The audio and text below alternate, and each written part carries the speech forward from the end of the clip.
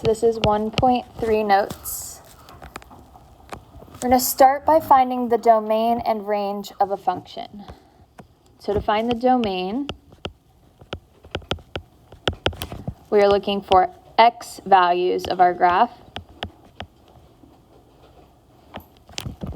And then our range, we look at y values.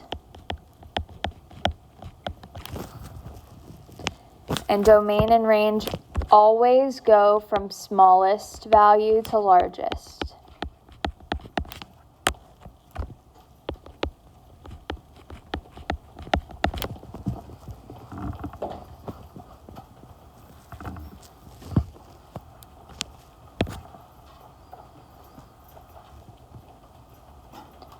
So in example 1, looking at our graph here, to find the domain,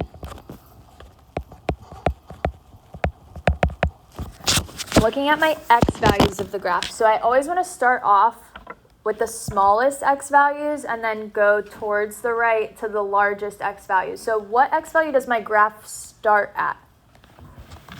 -2. Awesome. So my domain is going to start at -2. And for the domain, it's always an interval notation.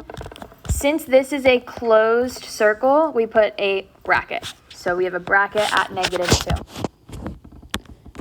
So I'll add that to the top here. If it's a closed circle, it gets a bracket. If we have an open circle, it gets a parentheses.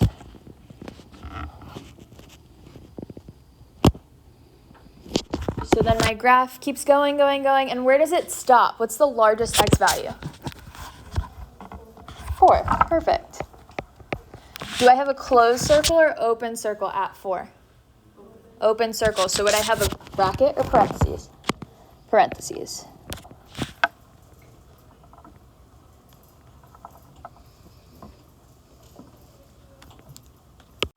So this is at -1, this point. So the domain is -1, 4. Now let's find our range. So range is at our y values. We start down low and go to the top. So when we start down here, what's our smallest y value our graph has? -5.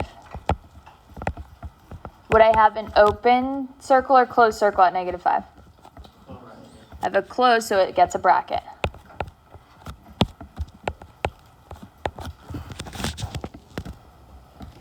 What is our largest y value that the graph has? 4. Perfect. Is it an open circle or closed circle? Closed circle, so that gets a bracket also.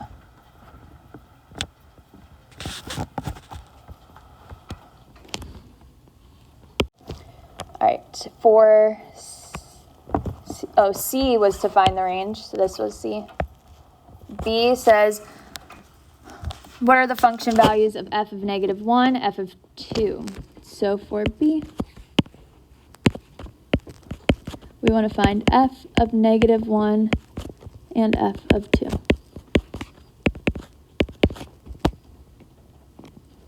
So a lot of times we'll see f of x, which is just a fancy way of saying y. These mean the same thing. F of x and y are the same. F of x is really just calling it a function, but it's just like the function of y. Now we're looking for what value of x. It gives us a value here, -1. At the value that x is -1, what is that y value? So when x is -1, let's go to our graph. When x is -1, what is the y value? -5.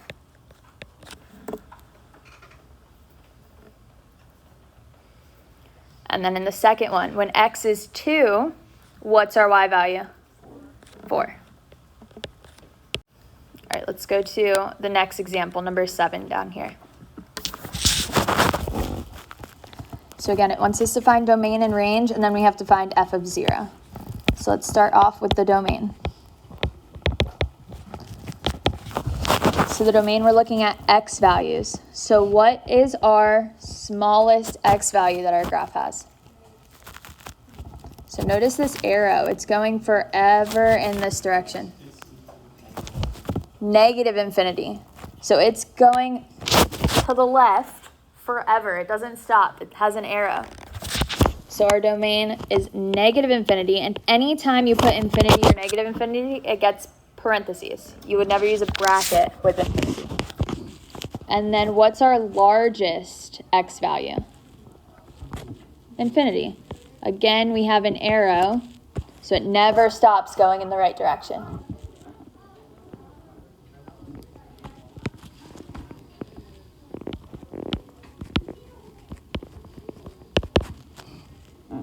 All right, next we have the range. Range is y values. So what's our smallest y value here? Negative infinity, perfect. And what's our largest y value? 1. Our graph stops here at 1. Would I have a bracket or parentheses at 1? A bracket. There's no open circle, so it gets a bracket. All right, let's find f of 0. So when x is 0, what is our y? 1. Awesome. So just look at our graph. When x is 0, our y value is 1. All right, let's look at 9 for our domain. So domain is x values. What's our smallest x value on our graph here? -4. Do we get a bracket or parentheses? Bracket. So we have a bracket at -4. What's our largest x value? +4. Bracket or parentheses? Bracket. Because we have those closed circles there, we get brackets.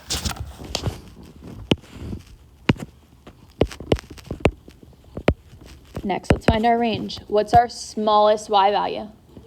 0. Perfect. We start at the bottom. Our graph starts at 0. Bracket or parentheses?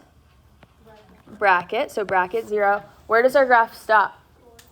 4. Bracket or parentheses? Bracket. And then lastly, let's find f of 0. So when x is 0, what's our y value? 4. So on the last page, we were finding the domain and range of a graph, but here it's going to give us functions and ask us to find the domain and range. It says use a graphing utility to graph the function and estimate its domain and range, but we're going to try to visualize the graphs of these and find the domain and range algebraically. So looking at 11, I have an x squared graph. So what type of graph is that? What does it look like? A parabola. Awesome. My graph goes like this. It's a U shape. How do I know it's a parabola that opens up? It's positive. Perfect.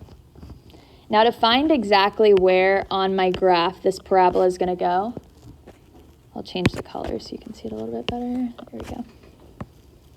How can I find where this parabola at least is going to start? What can I do?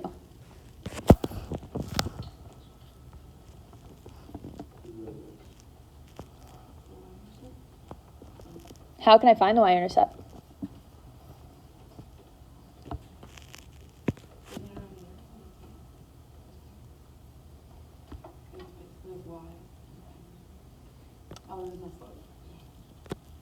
There's no slope because it's a parabola, so it's a U shape. But how can I find just one point on my graph? What can I do? Plug in a number. What's an easy number I can plug in here? An even easier number. 0. Let's plug in 0. So I have 2 times 0 squared plus 3. So this would be 0 plus 3.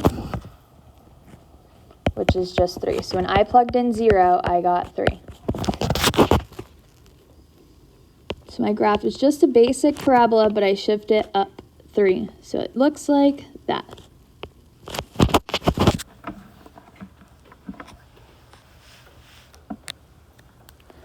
So let's find my domain. Starting from left to right, what's the smallest x value my graph has here? Awesome, negative infinity. Bracket or parentheses? Parentheses, always a parentheses when you have infinities. What's the largest x value my graph has? Infinity. Anytime you have a parabola, your graph will always have the domain of negative infinity to infinity. Always when you're a parabola. The domain will always be negative infinity to infinity. Let's find our range. What's the smallest y value my graph has? 3. Bracket or parentheses? Bracket. What's the largest y value? Infinity. The arrows point up, so it goes up forever. Bracket or parentheses? Parentheses.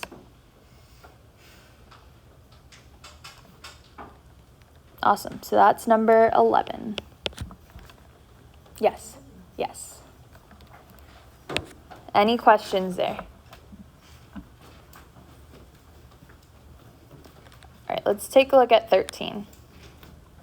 So I have the square root of x minus 1.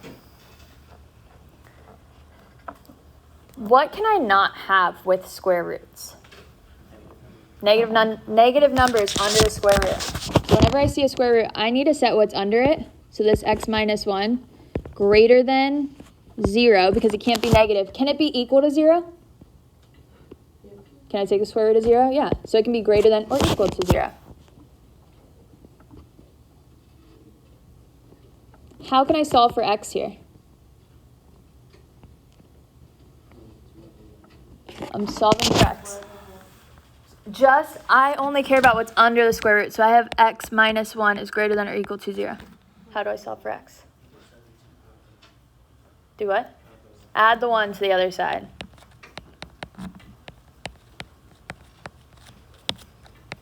So I have x is greater than or equal to 1. Do you think this helps me with my domain or my range? Domain, because domain is x values. So what is my domain as an interval? I know my 1, bracket or parentheses.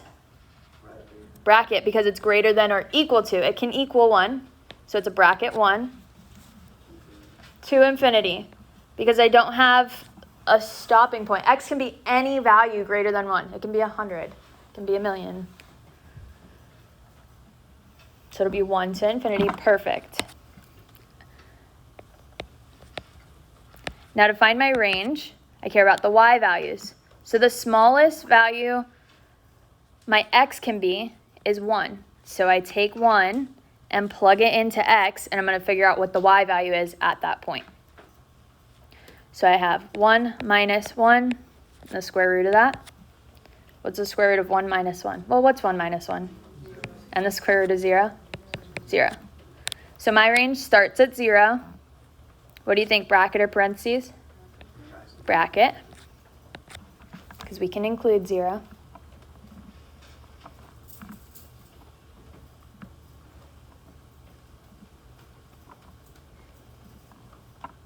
Let's say I plugged in 100 for x. That would give me the square root of 99. That's fine. I can take the square root of 99. If I plugged in 1,000 for x, that would be the square root of 999. That's fine. I could do that. Do I have any restriction in the larger numbers? No. So what do you think my range ends at? Infinity. All right, next let's look at 15. So I have an absolute value graph. Is there anything I can't plug into x? Can I plug in -5? Yeah. Can I plug in 100? Yeah, so what do you think my domain is? Negative infinity to infinity. I have no restrictions on x. I can plug in whatever I want.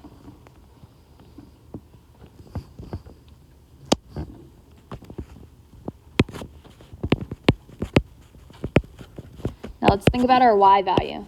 When we're taking the absolute value of something, what does that do to our number? Makes it positive. So thinking about our y value here, what type of numbers are we going to have? Positive numbers. How do we write that as an interval? 0 to infinity. Does 0 get a bracket or parentheses? Bracket. Because I can have 0. I can take the absolute value of 0, and it's 0 to infinity. Graph of a square root. I don't know if you'll actually need this. It might be handy, but a square root graph looks like this. It kind of takes the shape of a square root, I think, just a little bit. Absolute value graph looks like this. It's a V. Oops, but it doesn't go below. Now we have translations and stuff where it can shift and go up and down and stuff like that, but this is just the generic graph. So we really have to be worried about our domain when it comes to absolute value graphs and when we have fractions, because you can't have 0 in the denominator of a fraction. So those are like the 2 times that we'll have to really check and be careful with our domain.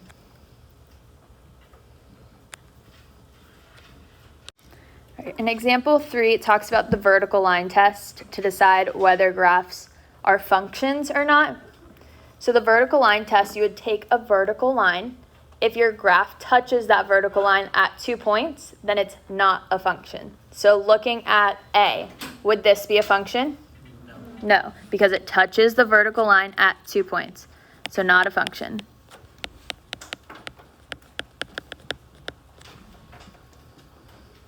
Looking at B, would this be a function?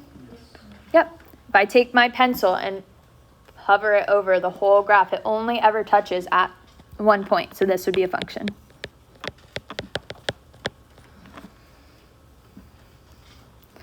So the vertical line test can't touch at 2 points.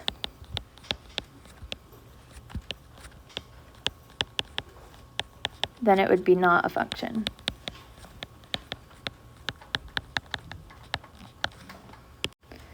Looking at the bottom left, is this a function? Yes. Yep. What about bottom right? Nope. If I put a vertical line here, it touches at 2 points, so not a function.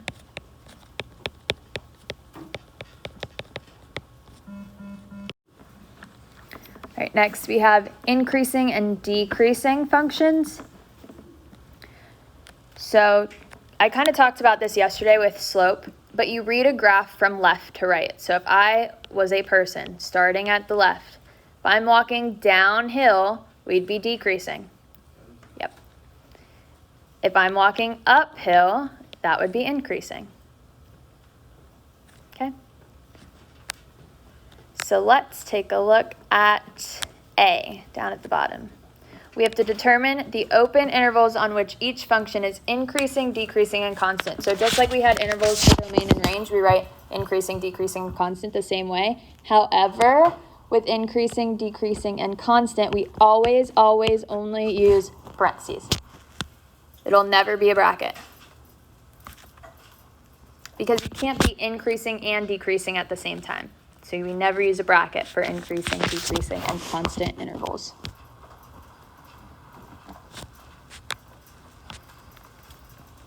All right, so looking at A, let's assume that our graph stops here.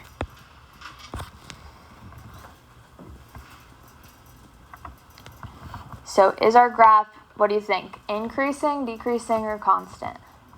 Increasing. From what interval is it increasing?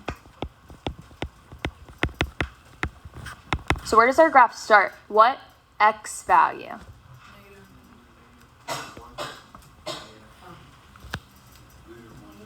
I guess -1-ish. We could say -1.5. It's kind of like in the middle. It's hard to tell with these pictures, but it would be -1.5, we can say, is where our graph starts.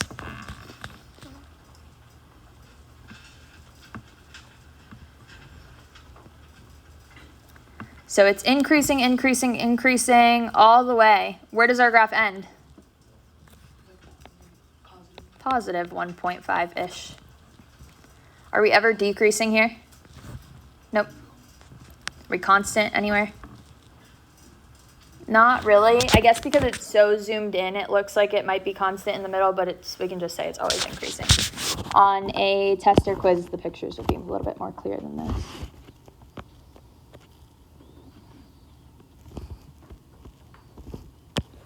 Another thing to add, I'll put it on this picture. When naming our increasing and decreasing intervals, we only care about the x-axis. You're going to ignore any value that's on the y-axis. So So we only look at the x-axis, x values. So let's look at B. Let's start with increasing. Where am I increasing? And let's say again, these are closed circles here, graph patterns.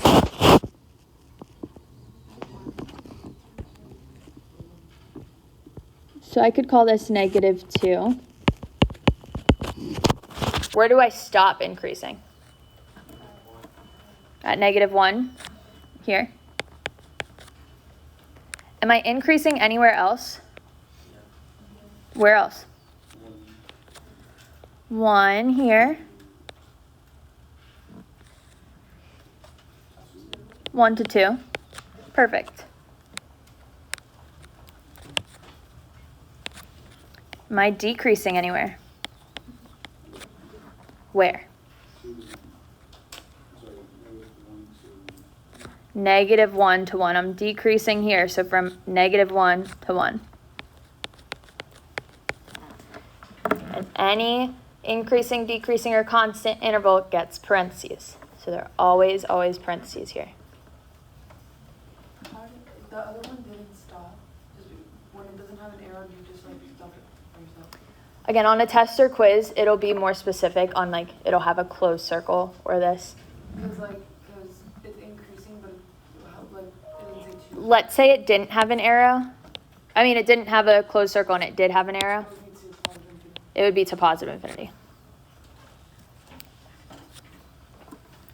All right, let's take a look at C. So let's start with increasing. Where is my graph increasing? Let's say these have arrows. We'll do one with arrows this time.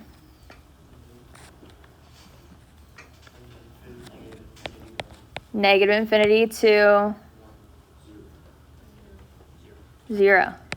Because this, we're only looking at x values. So let's say this is -1, 0, 1, 2, 3. So we stop increasing at 0. So we got that part taken care of. Where am I decreasing? 2 to -infinity. Perfect. That part. 2 to positive infinity because we go to the right.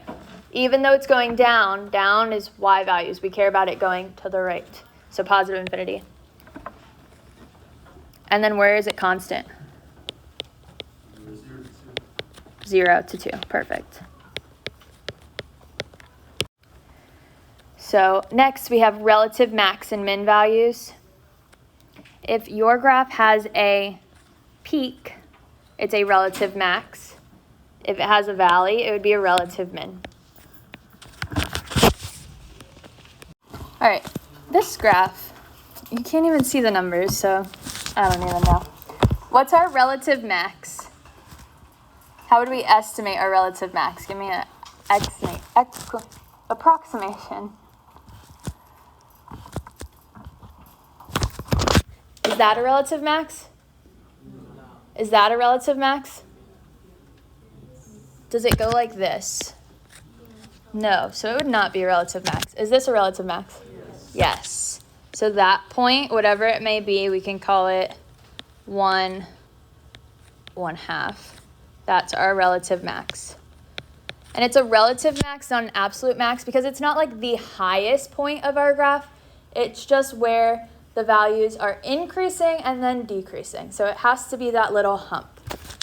And then where's our relative min? Here? Here? Yes. And we can call that, I guess, -1, -0.5. And the second picture is the same picture, so.